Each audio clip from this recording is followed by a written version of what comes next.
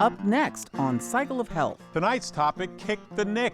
Nicotine use brings big health consequences, especially for our kids. Our panel of medical experts explores nicotine addiction and how programs like MINDOnline help us quit smoking, vaping, and chewing tobacco. And we'll visit teens combating big tobacco's seduction of their peers into lifetimes of craving and illness.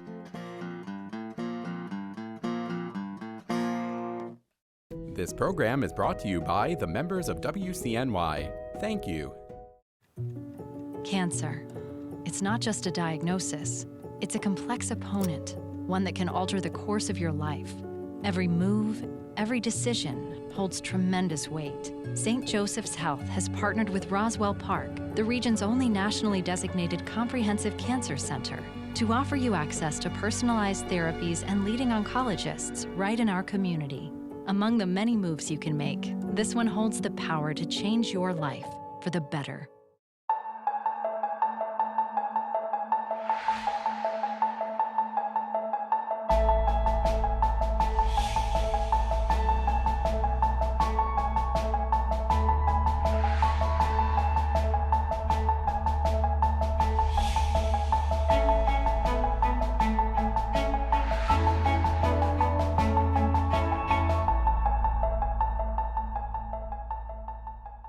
Hello and welcome to a brand new season of Cycle of Health. I'm your host, Dr. Rich O'Neill.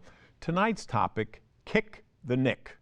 Nicotine, a highly addictive substance, has significant health risks, especially for adolescents and young adults whose brain development is particularly vulnerable. Joining us tonight are Fred Hintz, trainer with the Motivational Interviewing Network of Trainers, and Dr. Zsuzsa Meszaros. Fun fact, the Hollywood actress Zsa Zsa Gabor, her name was actually Zsuzsa before she came to the United States and changed it to Zsa Zsa. So we have Dr. Zsuzsa Meszaros and Dr. Sue Sperry, co-directors of MINDOnline at SUNY Upstate Medical University. So folks, why is it so hard to quit smoking and vaping? Well, nicotine is a very addictive substance, as you said, and it has a lot to do with the fact that it reaches the brain very quickly. Within 20 seconds, it's in the brain and releases dopamine, which helps attention, concentration, causes relaxation and euphoria. And after this 1 or 2 minutes of pleasure, it quickly wears off, the nicotine effect. So you need another hit? Absolutely. An hour later, attention wanes, and then dysphoria sets in, anxiety, restlessness, irritability. So the smoker gonna crave the next cigarette. So then you have this craving to deal with, which is really like a psychological effect. Exactly. So that you're psychologically addicted too. What do you do about the psychological addiction? Well, it's not just the craving that comes from withdrawal. Any kind of change is difficult, and people feel ambivalent about it. They have reasons they want to change, and they have some reasons they'd rather stay the same. So mixed feelings. Mixed feelings. And that applies to health behavior change, like deciding to quit smoking.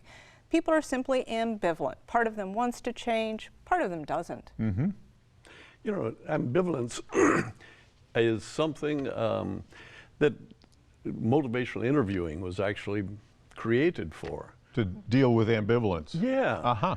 It basically started with a grad student working in an alcohol, substance abuse recovery place, and he noticed something that I think we all probably have encountered.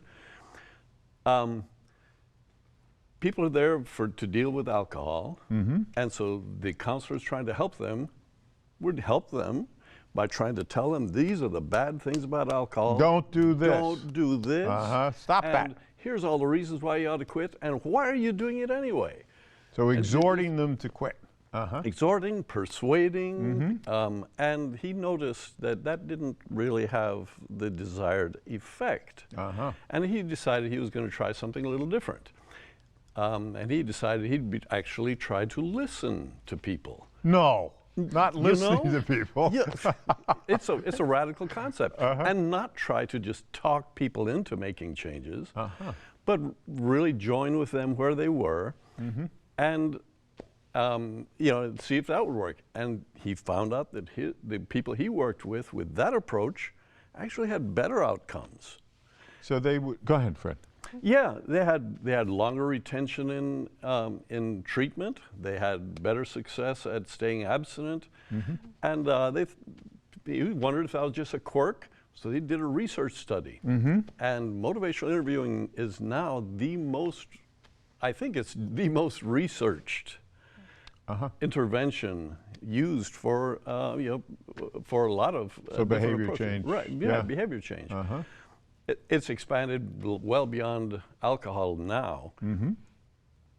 You may have noticed anytime you really want to help somebody. Yeah. And you think the way to do that is to tell them, here's how you can change. Yeah. Here's why you should change. Instead. Yeah. What do you do? What kinds of things do you ask people or listen? Well, we try to elicit their own reasons for making the change, rather than us giving them all the reasons and giving them the desire and giving them the felt need. You better do this, or. So what do you want to accomplish in your life by Yeah. quitting smoking or vaping or drugs or, yeah? Yeah, and what benefit would you get out of it if you were to choose to do it? And so the motivational interviewing for nicotine dependence, that's the mind part of MINDOnline. That's your program, motivational interviewing for nicotine dependence. Okay. Absolutely. Yep. Is really designed to apply the techniques that Fred has been talking about, motivational interviewing, building a person's own intrinsic motivation for change, working with individuals in the community who might want to at least think about changing their tobacco or nicotine habits. It's not necessary to be at the point you're like, I definitely want to change this, but you're just starting to think about it. So let me get that. So if I'm somebody who vapes or smokes and I'm not committed to changing, right? I'm just starting to weigh the possibility of changing. I could still go to MINDOnline or, yeah. That's exactly what motivational interviewing is for people who are in the process of, should I, can I, what, And hoping to tip the scale some towards, yeah, let's give this a try. Is that? Yeah. Well, motivational interviewing really prizes individual autonomy. So if you come to be a part of our program, we're not going to tell you what to do. We're going to talk to you about what you want for yourself, your desire, ability, reason, and need for change. And then it's up to you to decide what you want. Individuals attend 8 sessions. In your program? Yep. Just 8? Just 8. It's Tuesdays and Thursdays for a half an hour each session. So you're just committing an hour a week? A full hour, 2 half-hour sessions. One on Tuesday, one on Thursday, for 4 weeks in a row. That's your full commitment. You're working one-on-one with a therapist who's really trying to tailor-make a program just for you. For what you have in mind, what you're hoping to do in your life. Absolutely. And then we're so convinced that this is beneficial to people from a health perspective. We also want to provide some financial incentives for people to get on board. You mean you're going to pay me to go to your program? You'll get $20. $20 for coming to that first session. I'm going to start vaping so I can get $20. Okay, all right. And then, so that's session 1. Session 2, 3, 4, 5, 6, 7, 8, you get entered into a raffle in which you could win a $200 Amazon gift card. Cool. It's important to know that our sessions are billed through insurance, so copays and deductibles would apply, and we can answer questions about that when you contact our program. Okay, great. You were going to say something, Fred, I think. Not that I know of. Nothing. I'm mind reading again. Don't encourage me to speak more. I'll go on. So, as part of the program, I've heard that people often use medication to help them quit smoking or vaping. Is that part of your program? Absolutely. We offer the option to start medications, both nicotine replacement and non-nicotine options. The most effective one is varenicline, Chantix. Chantix, I've heard that in the ads. It can triple the chances of success for smoking cessation. Triple the chances, wow. It takes away the cravings for nicotine. And but we also offer bupropion, Wellbutrin, or Zyban, which also decreases cravings and improves mood a little bit. And also nicotine replacement options, which provide a steady, prolonged level of nicotine in the body, so people don't go through these withdrawals. So that's like what you hear about the patch, or that's people correct. chewing gum. Or what about, you know, these vapes? Vapes are you can get at the smoke shop, right? Without a prescription. They're marketed as to help people quit smoking, right? What's the reality about these? Is that just marketing? I'm afraid these are not very effective tools of becoming nicotine-free, because actually vaping devices contain more nicotine, the addictive substance, than a cigarette. So it's harder to quit vaping than to quit smoking. So you're increasing your addiction, actually, if you use one of these things. That's correct. Real strong nicotine hit. Yeah. Just without the tar, but hey, you're getting the nicotine. So you guys provide medication and maybe the patch and other things. And do those help people quit? What's the success rate from your program? How many people actually quit? We are very happy to see that a third of people, like 33%, quits during the first month, and then another 14% decreases smoking or vaping more than 50%. So the majority of people cut back or quit. Wow, so just like the first month, a third of people actually quit, and then the benefits of the program continue after that. That's wonderful. So one of the things that's extremely distressing to me is that the tobacco industry, and they bought up the vaping companies, right?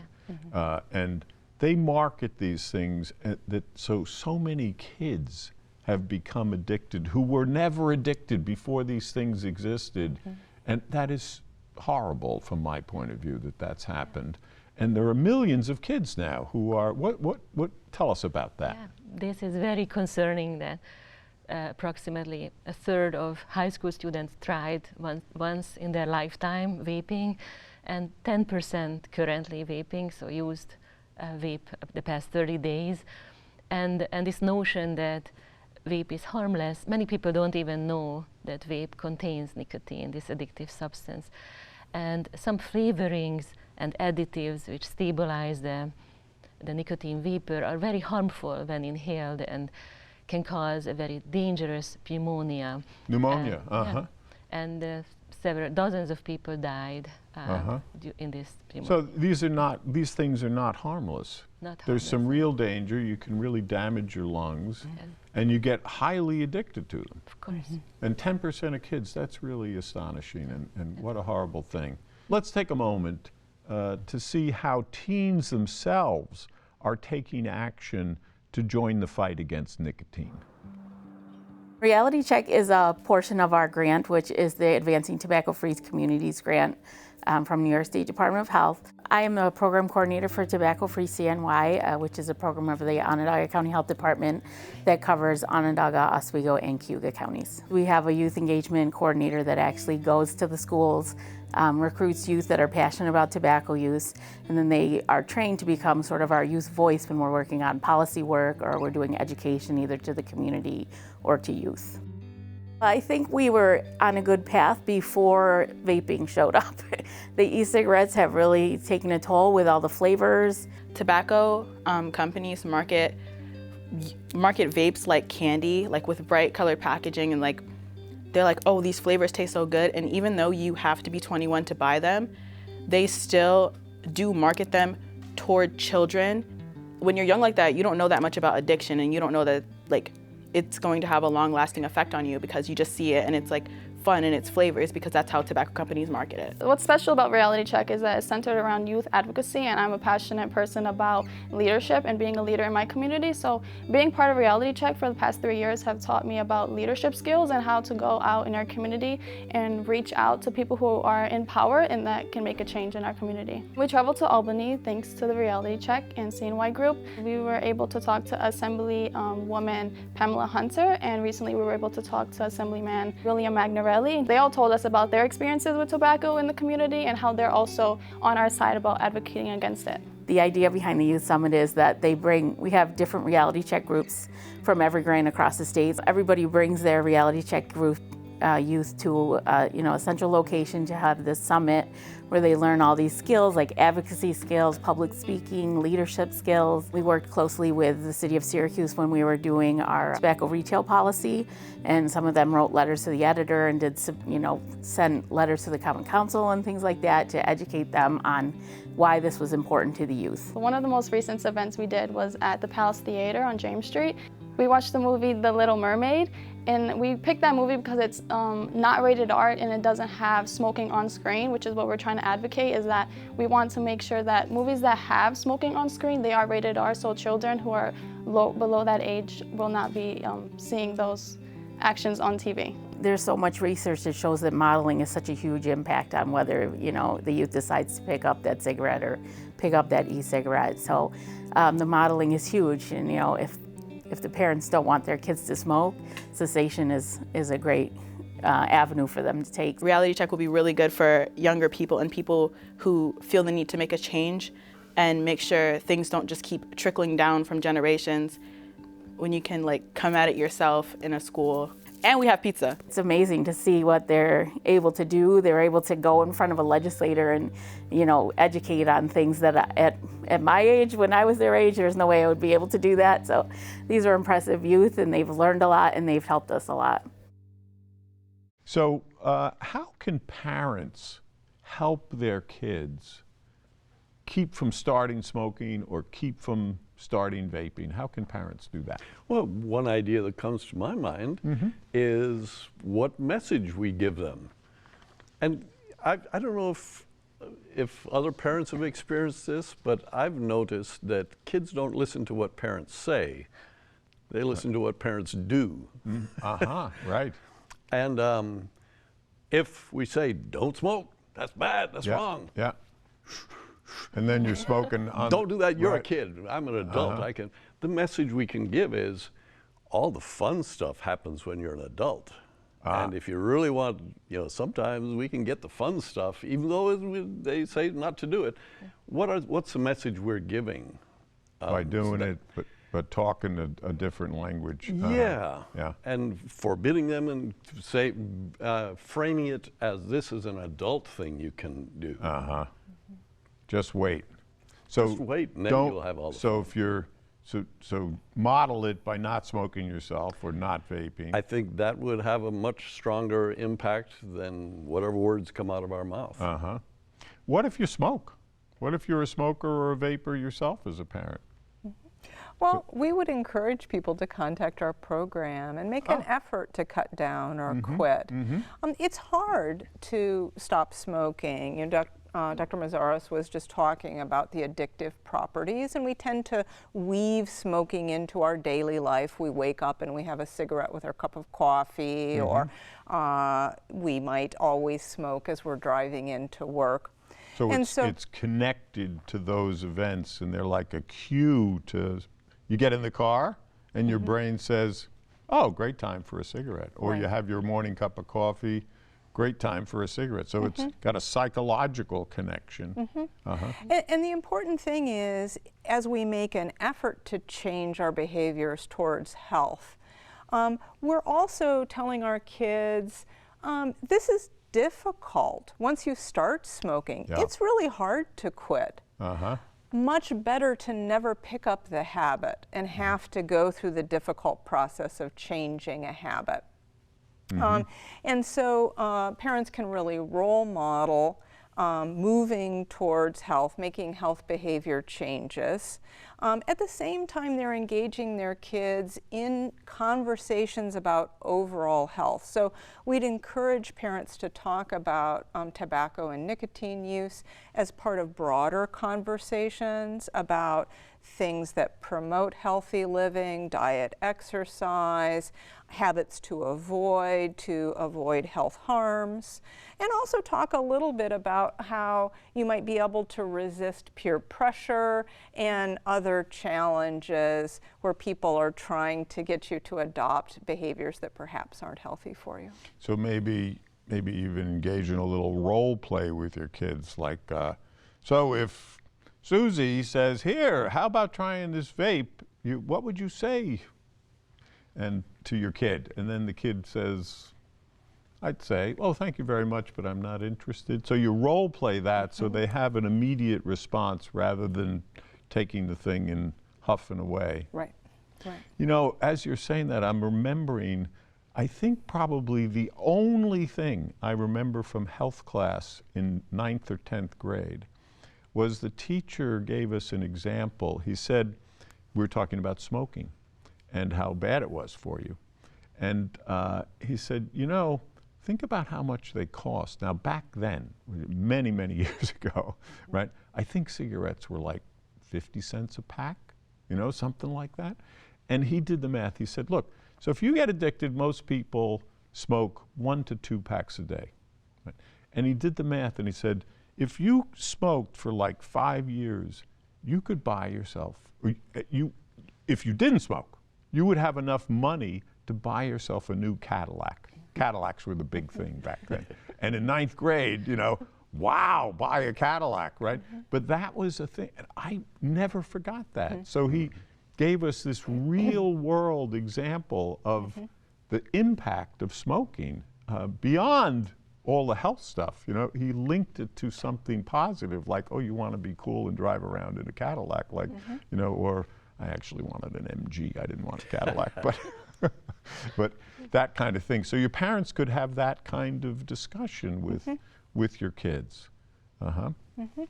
What are the benefits of quitting smoking and quitting vaping? Well, smoking, what are the benefits of quitting smoking? So, you know, what a lot of people get focused on the harms of smoking, but really know less about the benefits of quitting. And I think what most people are surprised by is how quickly your body begins to heal itself after you stop smoking.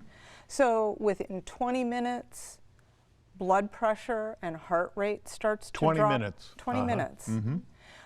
Within the first week or two, your carbon monoxide levels that we get through tobacco smoke in your blood begin to drop. Oh, wow.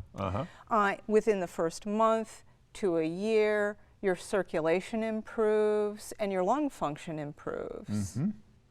So you're breathing better, you can get up the stairs a little easier. And after like 15 years, the overall cause mortality just drops back to the level of a non-smoker. All reasons to die. Forgiven. In that short a period of time. That's wonderful. So, well, that's about all the time we have. I want to thank our guests, Fred Hintz, mental health counselor and trainer with the Motivational Interviewing Network of Trainers, Dr. Zsuzsa Mészáros, and Dr. Susan Sperry, co-directors of the MINDOnline Motivational Interviewing for Nicotine Dependence program at SUNY Upstate. Finally, science shows that laughter has a lot of health benefits. We've got a tradition here, it's called Laughter is the Best Medicine. Let's see if that works today. So, viewers, as some of you have noticed, I have a ponytail. And so do two of my guests today.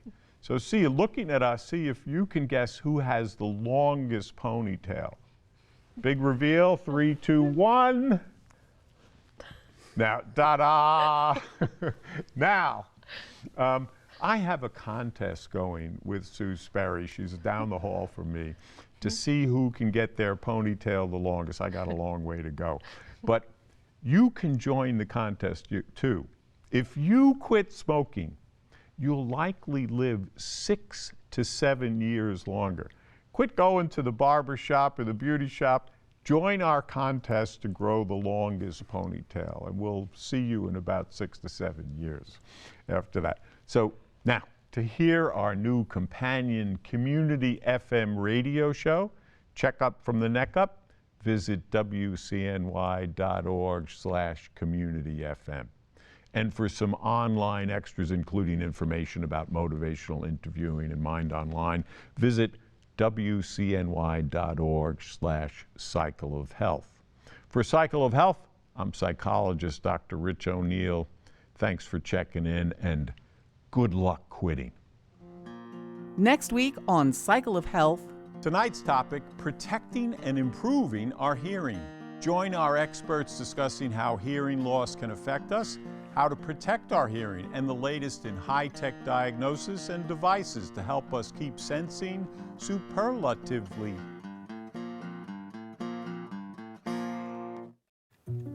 Cancer.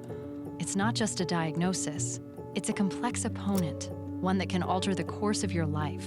Every move, every decision holds tremendous weight. St. Joseph's Health has partnered with Roswell Park, the region's only nationally designated comprehensive cancer center, to offer you access to personalized therapies and leading oncologists right in our community.